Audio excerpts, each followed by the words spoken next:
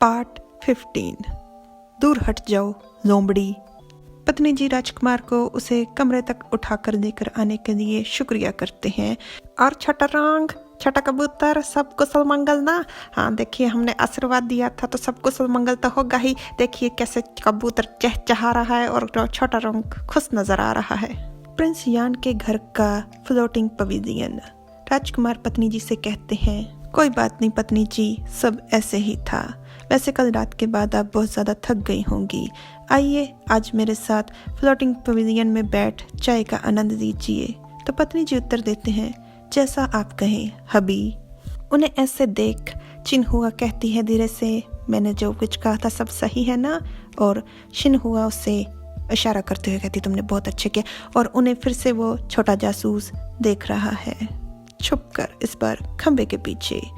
वो लोग floating pavilion पहुंच जाते हैं जो कि एक पानी पे बना हुआ बरामदा है। पत्नी जी को राजकुमार वहां बैठाते हुए एक कुर्सी पर कहते हैं, कृपया पत्नी जी यहाँ बैठिए, चाय की केतली तैयार पड़ी है। राजकुमार सभी नौकरों को कहते हैं कि हमें अकेला छोड़ दो। सब कहते हैं जी।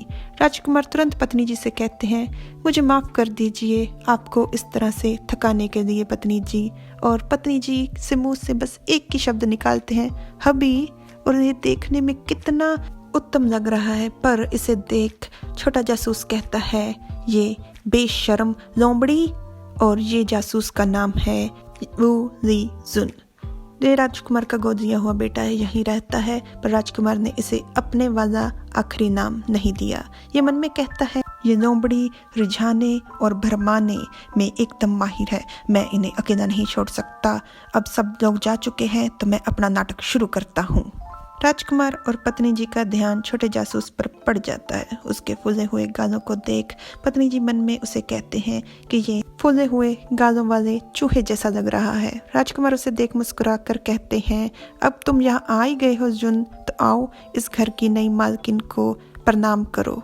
राजकुमार उसे हाथ से इशारा कर बुलाते हैं तो वो भी सर से इशारा कर हाँ करता है और आकर उन दोनों के बिल्कुल बीच में खड़ा हो जाता है ताकि वो एक दूसरे से दूर हो जाए।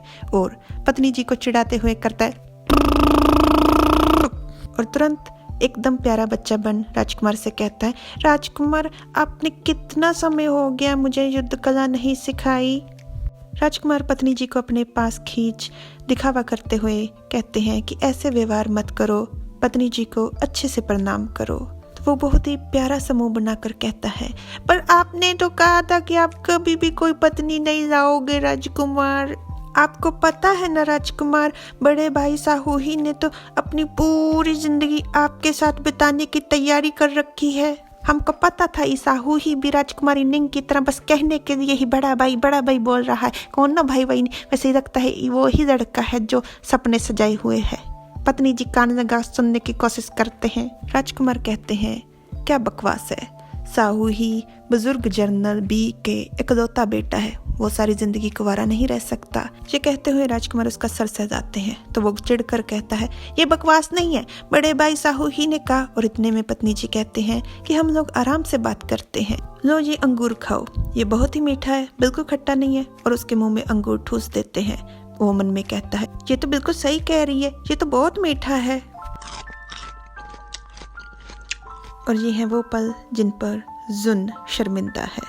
दोपहर का समय है और अभी अभी राजकुमार ने जुन को युद्ध कला का अभ्यास करवाया है। पत्नी जी जुन से कहते हैं, तुम बहुत थक गए होगे अभ्यास कर करके जुन, मैंने बावर्ची से कहकर तुम्हारे लिए खास तौर पर ये सब कुछ बनवाया है, आओ खाकर देखो।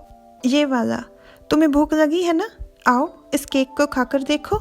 जुन पत्नी जी और केक को बेहद सावधानी से देखता है। वो पास आता है और उसे सूंघता है और कहता है मन में, इसकी खुशबू तो बहुत अच्छी है। वो तुरंत उसे खाने लग जाता है और मन में कहता है, ये तो बहुत ही स्वादिष्ट है।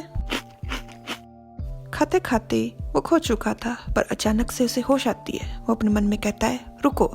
जब पत्नी जी उसके सर को सहला रहे थे, मैं तो इस लोमड़ी के जाल में फंस गया, मैं सच में एक नकारा भुक्कड़ हूँ। पर ये बहुत ही स्वादिष्ट है। Like, subscribe, comment. Thanks for watching.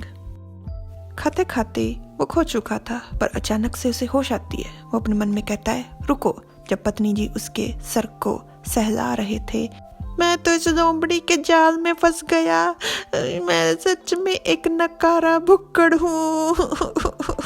पर ये बहुत ही स्वादिष्ट है। Like, subscribe, comment.